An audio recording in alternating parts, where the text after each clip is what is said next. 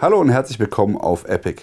Ihr wisst, ich bin ein ganz großer Holosun-Freund. Umso mehr freut es mich, dass auf alle Wünsche der Kunden eingegangen wird. Und deswegen haben wir heute für euch das Holosun 503R GR.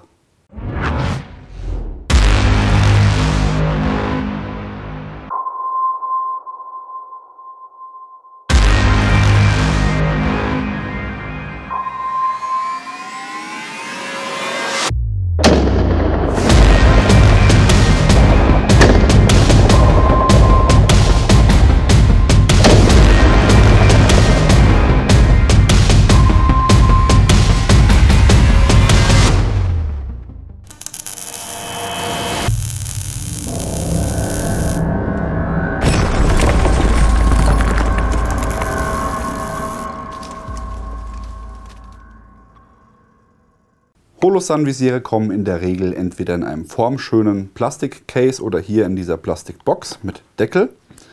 Da haben wir dann immer entsprechend drin einmal die Optik selbst. Die ist dann immer auch schon auf dem High Mount montiert. Dazu gibt es noch eine Low Mount für die Schrotflinte oder für sonstige Waffen, die jetzt keine höhere Mount benötigen. Batterie ist noch drin, die ist jetzt hier in meinem Fall schon eingelegt, weil ich das Gerät ja schon getestet habe, und entsprechend ein Werkzeug, um die Montage an der Waffe zu befestigen. Das Holosun hat wie alle Mikrovisiere hier diesen Bikini-Cover, kann man abnehmen. Killflash ist jetzt hier bei dieser Version nicht dabei. Und was ist jetzt die Besonderheit von dem 503R im Vergleich zum 503GU, wie ich es zum Beispiel gerade aktuell nutze? Ihr seht's, da fehlen ja die Knöpfe. Kann man nicht mehr einschalten. Geht einfach immer für 100.000 Jahre. Nee, Spaß beiseite. Es gab Leute, die gesagt haben, ja, finde ich schon sehr gut, das Holosun, so wie es ist, mit dem unschaltbaren Absehen und so, aber so Knöpfe ist mir irgendwie nicht so das Wahre. Und deswegen hat Holosun, oder die haben dann gesagt, das gefällt mir bei Aimpoint besser, die haben da so ein Drehrädchen, da kann ich mir meine Helligkeitsstufen schnell einstellen, finde ich besser. Gibt es jetzt auch von Holosun. Aber jetzt ist natürlich hier die Challenge, wir haben ja ein Absehen verstellbares. Wir haben einmal den normal wie bei allen Holosun-Visieren, einen 65 MOA Kreis mit einem 2 MOA Dot oder halt umschaltbar, dass nur der 2 MOA Dot zu sehen ist und der Kreis weg ist.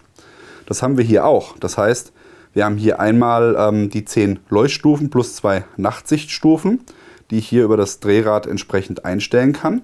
Und wenn ich hier an der letzten Stufe angekommen bin, in der Stufe 12, drehe ich noch eins weiter. Und damit wechsle ich dann in den Punktmodus. Wenn ich im Circle Dot Modus bin, kann ich hier einmal wieder zurückwechseln.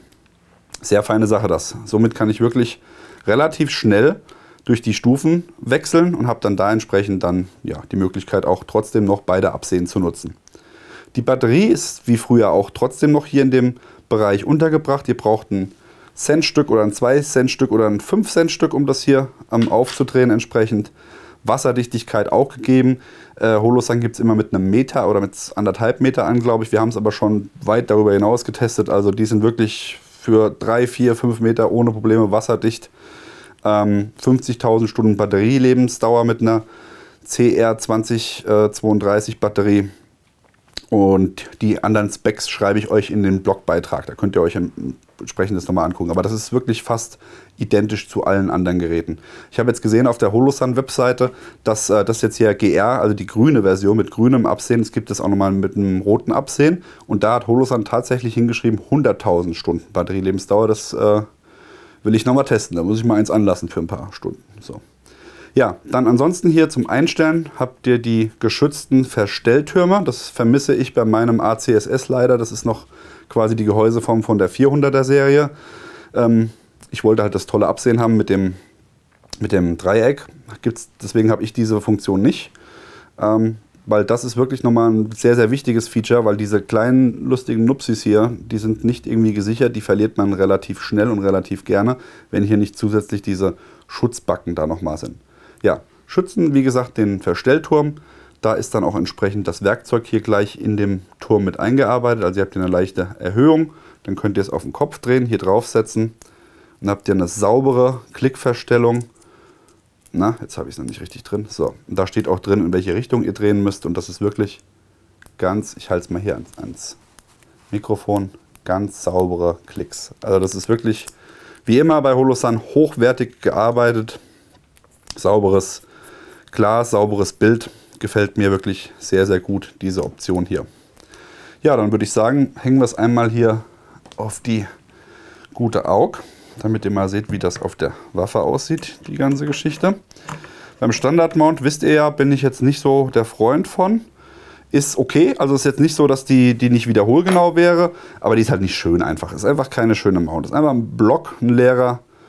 Aber man muss ja immer so sehen, wir haben hier eine relativ günstige Optik im Vergleich zu den Mitbewerbern. Und da muss man dann auch immer noch mal extra eine High Mount mitkaufen. Und hier ist die schon dabei.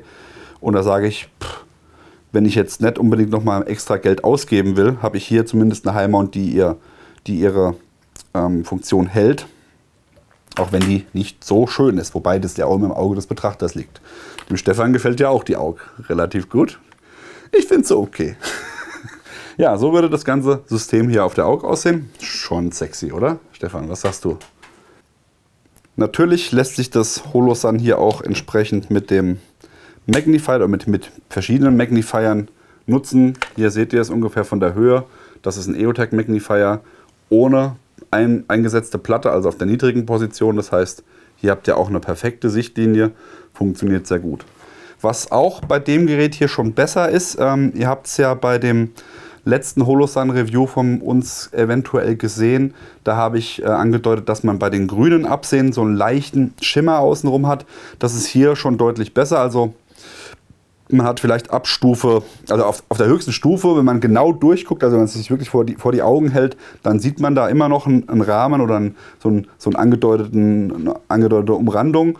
Hat man aber, wie gesagt, beim Schießen überhaupt gar nicht im Blick und das stört dann auch überhaupt gar nicht.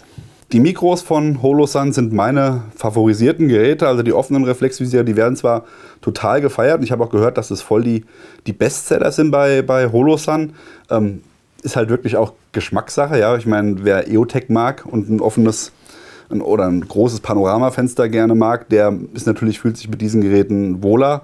Ich bin schon immer ein Aimpoint-Mann gewesen, solange bis Holosun mit einem gescheiten Gerät kam und bin dann hier auf die Mikroserie umgestiegen und muss sagen, sehr, sehr geil.